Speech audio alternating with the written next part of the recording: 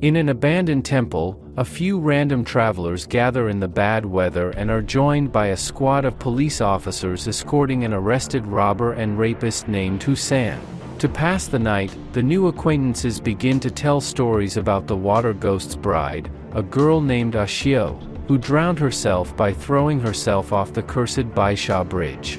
But it soon becomes surprisingly clear that everyone gathered at the temple has a direct connection to the story. The folklore thriller The Wicked Wife, released in 2022, was one of the important milestones in Chinese online cinema. It was a bizarre mix of a scary tale, a psychological thriller and a classic detective story in the vein of Agatha Christie with a clear and distinct moral. It was a good movie from all accounts, that made decent money on online platforms and started a small local trend.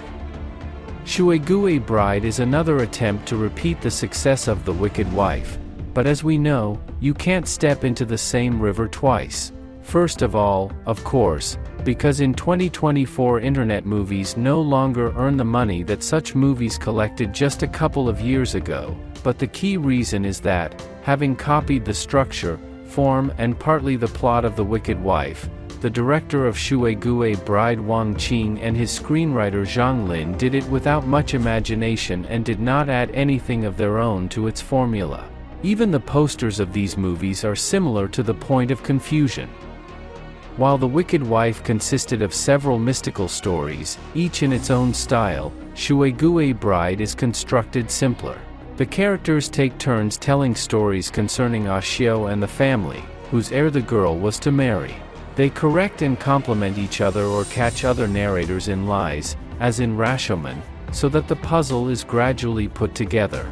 But time plays against them, because in strange circumstances they die one after another, as if the ghost of the dead Ashio comes to their souls. The first hour the authors manage to keep the viewer's attention, but in the last 15 or 20 minutes everything falls apart.